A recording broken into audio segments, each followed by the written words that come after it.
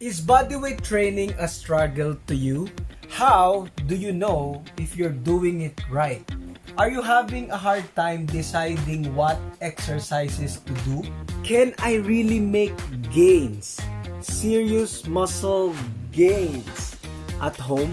What's up guys? Welcome to Versus You Fitness, where we show you how to make this fitness thing easy, lifestyle friendly, enjoyable, and of course sustainable.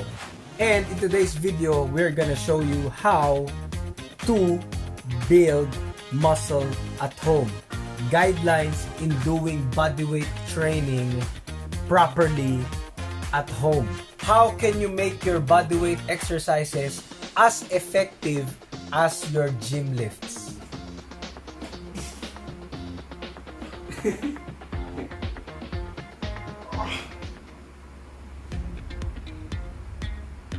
In today's forced quarantine, forced isolation time, people stay at home and bodyweight training is becoming popular by the day. Because think about it, there's no other choice. But the problem is, people don't do it right. I see the lack of creativity. I'm sorry to say this, but ignorance. Because think about it, people are doing a lot of, if you look at posts today about bodyweight training, or even non-fitness people doing bodyweight training, they think it's just all pushing movements like push-ups and dips. Okay? But if you ask some calisthenics people, that's not how, or gymnasts, that's not how you do bodyweight training. In fact, most people need pulling movements more than pushing movements, because if you look at our daily lifestyle, we are always using our frontal muscles, so we always lack the pushing movements. That's why you see a lot of slouched people nowadays, because they have underdeveloped muscles, back muscles. So if you're doing bodyweight training at home, you must do more pulling movements.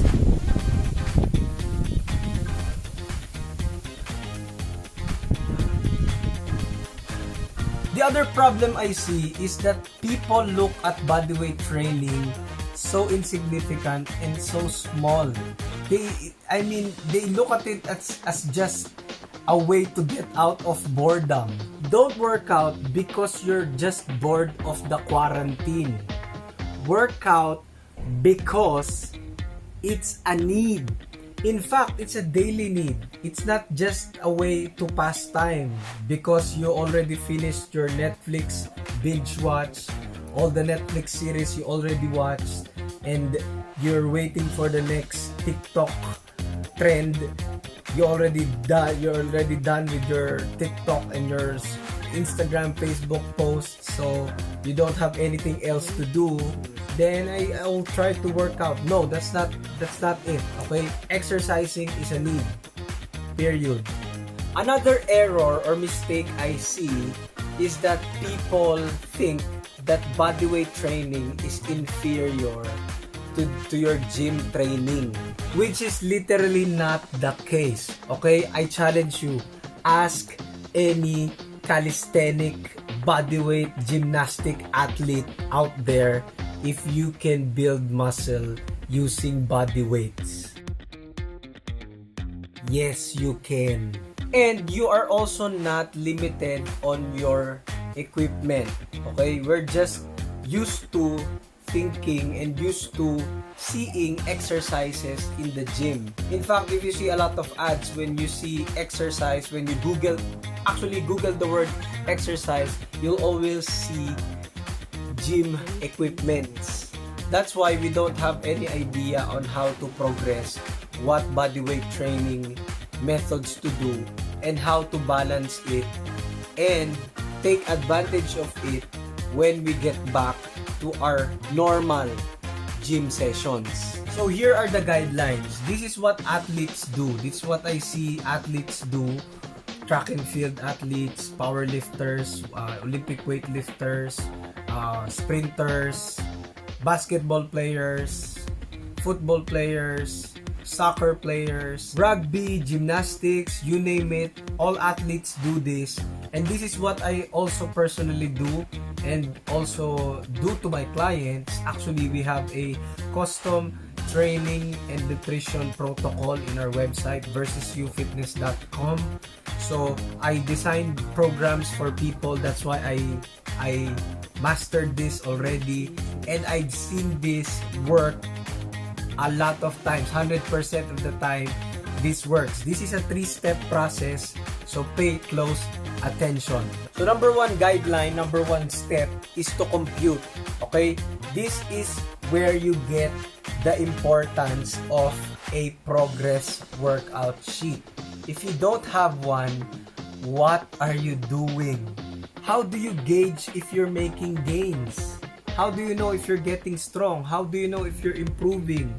How do you know if your body composition is getting better? How? So right now, look at your workout sheet, okay, your training log. You will look for 3 things. Number 1 is volume, number 2 is intensity, and number 3 is frequency. Okay? Volume means the number of sets and reps and load you do. In short, the total work capacity your muscles can handle. Okay? Your total performance. Okay? That's the volume. Number of sets, number of reps, and how many pounds or kilograms if you use kilos. Okay? Intensity refers to the how hard, okay, the execution of the exercise is. And it can also refer to the load. If it's 80% of your max or 90% of your 1 rep max, that's intensity. Okay? Number 3 is frequency. Frequency is how often, okay, how many times in a week you exercise, or how many times you do the exercise in a week. For example, you're doing bicep curls once a week. Is it twice a week? Is it thrice a week? So that's frequency. Okay, are you doing push-pull legs? Are you doing Monday chest, Tuesday shoulders, Thursday legs, Wednesday legs, Thursday back? Okay, that's what you call the frequency. Let's take for example my last bodyweight session. I can be sure that it's as effective as my gym session if those 3 factors are close to each other. The volume is close to the gym session, the intensity of the bodyweight session is close to the gym session, and also the frequency, all in all, is the same as it's still twice a week as the gym as my gym session goes.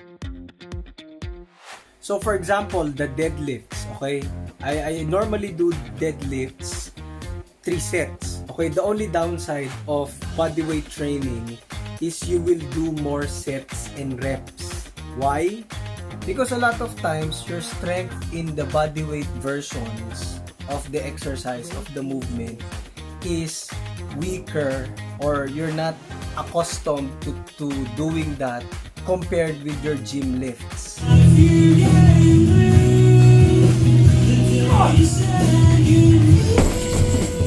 Here's how you compute your training volume in the gym versus your training volume, what you're gonna do in this time, in this bodyweight times. Okay, so first you have to know what is your body weight. Okay, I'm gonna use pounds in this example. Okay, I'm 150 pounds. Okay, most of the time I'm 150 pounds. So if my normal, okay, you have to know your body weight. That's the first thing you have to do. Okay, you have to compute how much your body weight.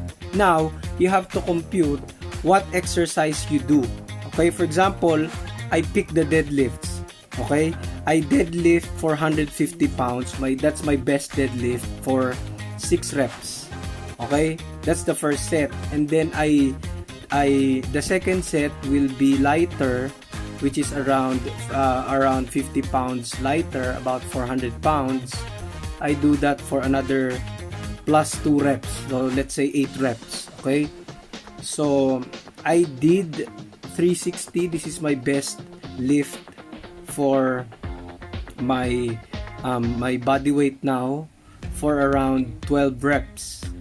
Okay? So that's your training volume for the deadlifts. Now that we know our training volume, how much is that? 10,220. Now we'll proceed to knowing what is the execution or what is the intensity. The thing about intensity is that it depends on your strength limitation. For example, me, I can only reverse deadlift for 5 reps at a time. I cannot do more. Okay, it's my limitation for that movement. So, what can we learn about that? If I cannot do 5 reps, that's my max. Okay, that's my absolute max in one set. I cannot do it for multiple sets. I have to reduce the reps because I'm gonna burn out if I do more reps, or not burn out. I'm not gonna be able to execute the movement. So, I am just limited on the 5 reps.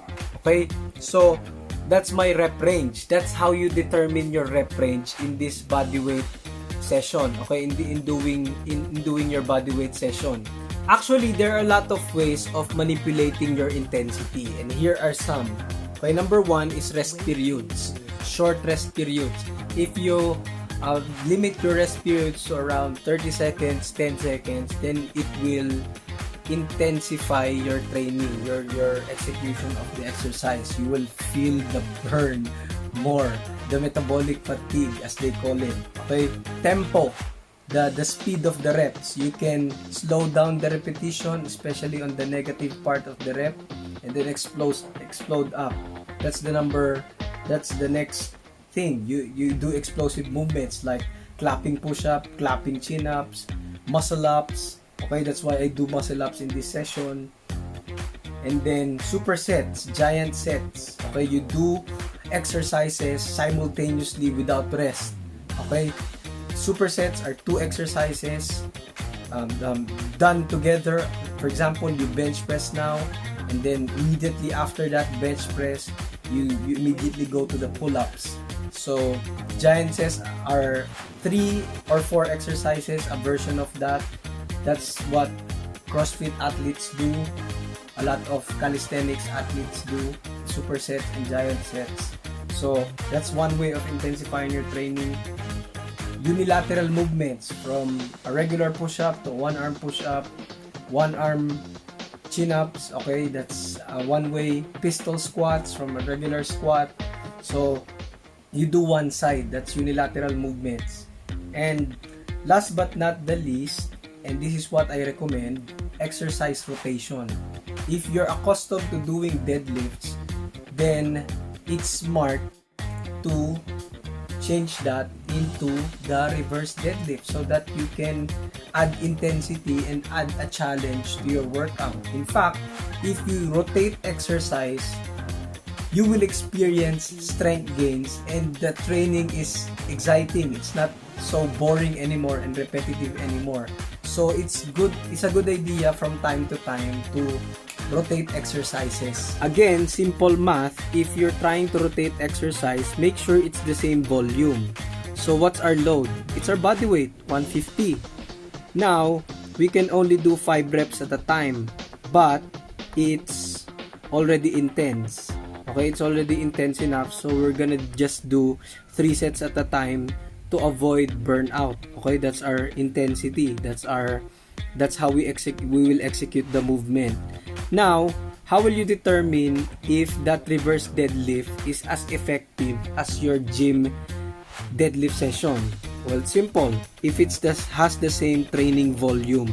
So what's left is the number of sets. Okay, we will compute how many sets it takes for us to get to at least 10,200 volume units.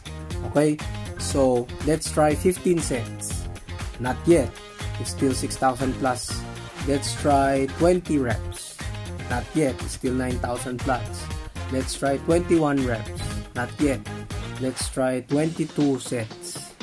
Not yet. Let's try 23 sets. Yun, that's it. That's 10,350. Okay, more than 100 volume units more than our goal. That's how you compute if you want your bodyweight sessions to be as effective as your home training or workout sessions. Now, the third factor, which is the training frequency, it still depends on you. You want it to be once a week, twice a week, 4 times a week. I just found it to be effective if you increase the frequency a little bit. For example, for me, on the reverse deadlifts, it's much more effective if I do that 23 sets. 12 sets today, and then 12 sets on Friday, for example, like that. Or I can split that sets into 5 days. For example, I do 4 sets a day. 4, 8, 12, 16, 20, 24. Okay, for example, I do 6 days, 4 sets. Okay, I can split that intensity as long as on the whole week, it's still the same training volume. It's not gonna matter that much. Okay, so that's what I found to be effective, especially when you're trying to cope up with the exercise, just like me now on the reverse deadlifts. So yeah, that's what I do. That's also what I do in my other exercises, like the muscle ups, the neutral grip pull-ups, the pistol squats, the one-arm push-ups, you name it. Guideline number 2 and 3 is easier.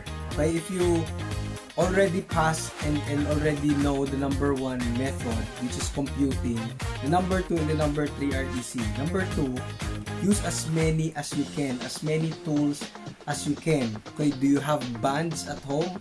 What tools? Anything that can be heavy. Okay, anything that you can lift, any object that ideally has a handle and you can perform movements on it.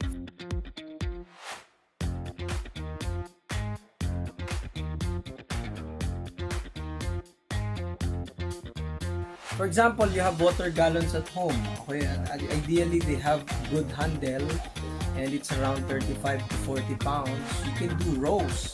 Okay, you can do a lot of back movements on it, not just, just focus on the push-ups. You can balance it. If you have a sturdy table, you can do inverted rows on it. If you can find a tree that is not so thick, the handle is not so thick, you can do pull-ups on it. Okay, there's a lot of ways to be creative. Anything that you can do resistance, use it. Okay, a bag, suitcases, you can load the suitcase and then lift it. Okay, there are a lot of ways. Towels, you can use it as a resistance. Okay, so ideally I recommend having bands at home. It really helps in your home workouts. Okay, it really, I recommend buying thin, medium and thick bands so that you have weights, quote unquote, at home. Okay, if you can provide dumbbells, if you have dumbbells at home, then better. Number 3 guideline is to focus on the right movements. Focus on the body parts you want to develop. Okay, a lot of times we do exercises just because we watch a YouTube video or someone that is ripped and then we copy it. Okay, but the problem with that is it is not suited to our own biomechanics, to our own strength limitations, to our own weaknesses and strength points. Don't do squats if your legs are already big, if you have naturally big legs. Okay, don't do push-ups and a lot of dips if you have already good triceps and good chest muscles.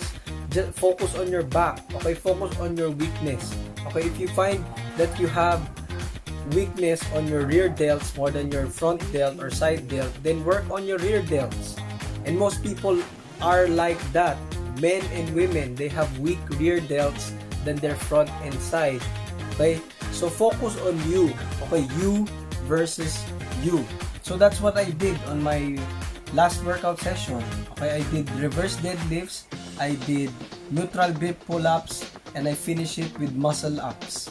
Okay, that's the 3 movements. That's my weak points. That's what I want to strengthen. That's what gives balance on my body.